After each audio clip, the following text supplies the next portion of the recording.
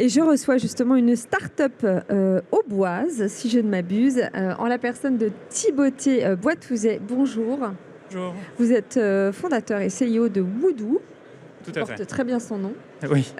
Donc vous créez des matériaux décarbonés de l'avenir au profit de différentes industries, du textile à l'automobile, en passant par le bâtiment. Vous êtes, si je ne m'abuse, accompagné également durant une année au moins par l'État dans le cadre du programme dont on a longuement parlé hier, French Tech 2030. Et votre principal objectif, c'est d'inventer des matériaux décarbonés et de valoriser le bois grâce à une association de plusieurs bois, c'est ça? Alors, donc, nous, on transforme le bois en matériaux high-tech.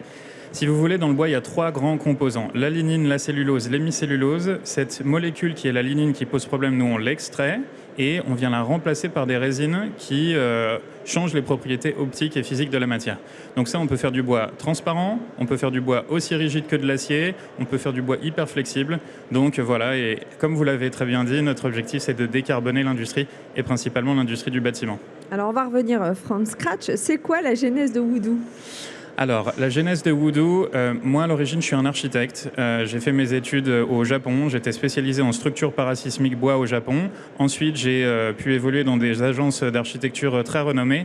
Et la raison pour laquelle j'ai fait de l'architecture, c'est que je m'intéressais à 2 sujets principalement, l'environnement et les matériaux. Et finalement, dans ces agences internationales, j'ai pas trouvé la réponse à mes questions. Donc j'ai arrêté l'architecture, je suis parti à Harvard et au MIT pour développer des nouveaux matériaux pour le bâtiment. Et c'est là-bas que j'ai découvert ce nouveau matériau que j'ai ensuite breveté et ramené en France pour créer l'entreprise. En fait, c'est pas un matériau, c'est une alliance de plusieurs matériaux. Exactement, c'est un alliage de J'imagine plusieurs avec choses. des capacités et des propriétés différentes. Tout à fait. Alors, s'il y en a 2, 3 que vous pourriez citer, lesquels? Alors, je vais vous en citer 2. Ok. Donc, vous rendez le bois transparent. Donc vous enlevez la molécule, vous rajoutez quelque chose qui a un indice optique qui permet à la lumière de passer à travers la matière. Et là, vous avez un bois transparent qui est tactile. Donc ça, on le dédie et on est en train de travailler avec des acteurs dans l'automobile pour faire des intérieurs tactiles. Et le second, c'est finalement les mêmes principes, sauf que la recette est un petit peu différente. Il y a aussi de la densification du matériau et là, vous rendez le bois aussi rigide que de l'acier. Et ça, c'est très intéressant puisque dans le bâtiment, les gaz à effet de serre liés au bâtiment en France, c'est 40% des gaz à effet de serre du pays. Et dans ces 40%, 64%, c'est les matériaux avec lesquels on construit. Donc il y a vraiment une urgence de décarboner le secteur du bâtiment avec des matériaux sains et performants. C'était de l'opportunisme à la base de votre part ou c'était plutôt un état d'esprit, une conscience où vous vous êtes dit on ne peut plus continuer comme ça et réellement une conviction? C'était vraiment une quête en fait. C'est pour ça que j'ai commencé à travailler sur le bois, qui est d'ailleurs le seul matériau de construction qui pousse tout seul et qui capte le CO2 au lieu d'en émettre, parce que j'aurais pu commencer à travailler sur le carbone ou sur autre chose. Mais c'est vraiment ma mission personnelle et la mission de l'entreprise d'amener des matériaux pour challenger des matériaux qui ont des millénaires. Le béton, ça a été inventé par les Romains, le verre, ça a été inventé par les Égyptiens. Et ça, c'est des matériaux qui émettent beaucoup de CO2 dans le bâtiment. Donc, comme vous le savez, on sera bientôt 10 milliards d'habitants sur cette planète. On peut continuer à construire, mais il faut que ça soit avec des matériaux sobres ou très haute performance comme ce qu'on fait. Alors du coup, qu'est-ce que cette version du bois plus augmenté va apporter? Vous en avez un exemple ici. Donc là, vous voyez, ça c'est un matériau donc bois qui est passé à travers notre process et qui a une extrême rigidité. Donc grâce à ce matériau, il est résistant à l'eau, il est résistant aux UV, il fait 250 mégapascales à un effort de flexion. Donc ça se rapproche de très près à l'acier. Et l'intérêt, c'est de pouvoir remplacer des matériaux de structure ou des matériaux de façade avec ce bois augmenté. Donc oui, c'est vraiment pour de la structure et de la façade, c'est pas forcément pour un bois de chêne qu'on voudrait... Ça peut être esthétique aussi. Oui. C'est plus facile à vendre d'ailleurs quand c'est esthétique, mais c'est une raison collatérale du procédé de fabrication. Alors vous vendez justement et vous développez d'autres produits, je crois. Comment est-ce que ça s'articule cette recherche autour de cette conception d'un seul et même produit en quelque sorte? C'est une très bonne question. Alors...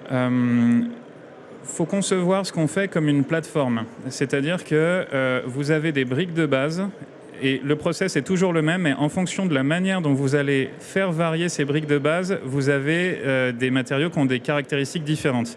qui sont de la même famille. Hein. C'est à chaque fois du bois augmenté, c'est à chaque fois une molécule qu'on enlève et on rajoute autre chose.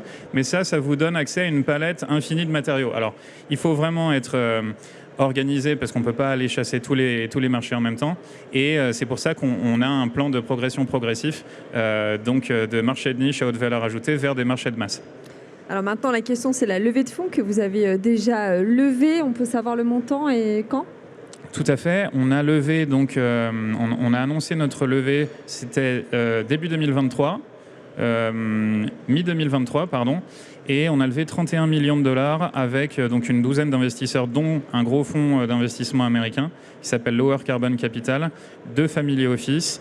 Et sur ces 31 millions, c'est la moitié en vente de parts de la société, donc ça s'appelle de l'equity, et l'autre moitié en non dilutif, donc dette et subvention. Ça veut dire qu'on peut investir chez vous en private equity. Vous n'êtes pas coté encore, j'imagine? Non, pas encore, mais bientôt. C'est quoi la suite alors? La suite, ça va être d'accélérer l'acceptation et l'introduction de ces technologies sur le marché du bâtiment.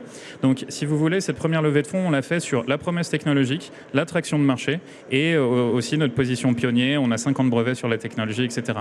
Maintenant, la deuxième étape, ça va être une mise à niveau d'un point de vue commercial. Donc, c'est livrer les premiers bâtiments qui intègrent ces technologies et aussi faire grossir l'équipe, avoir donc plus de capacité de production, de manière à, vous le savez très bien, une levée de fonds en appelant une autre, un certain nombre de milestones à montrer.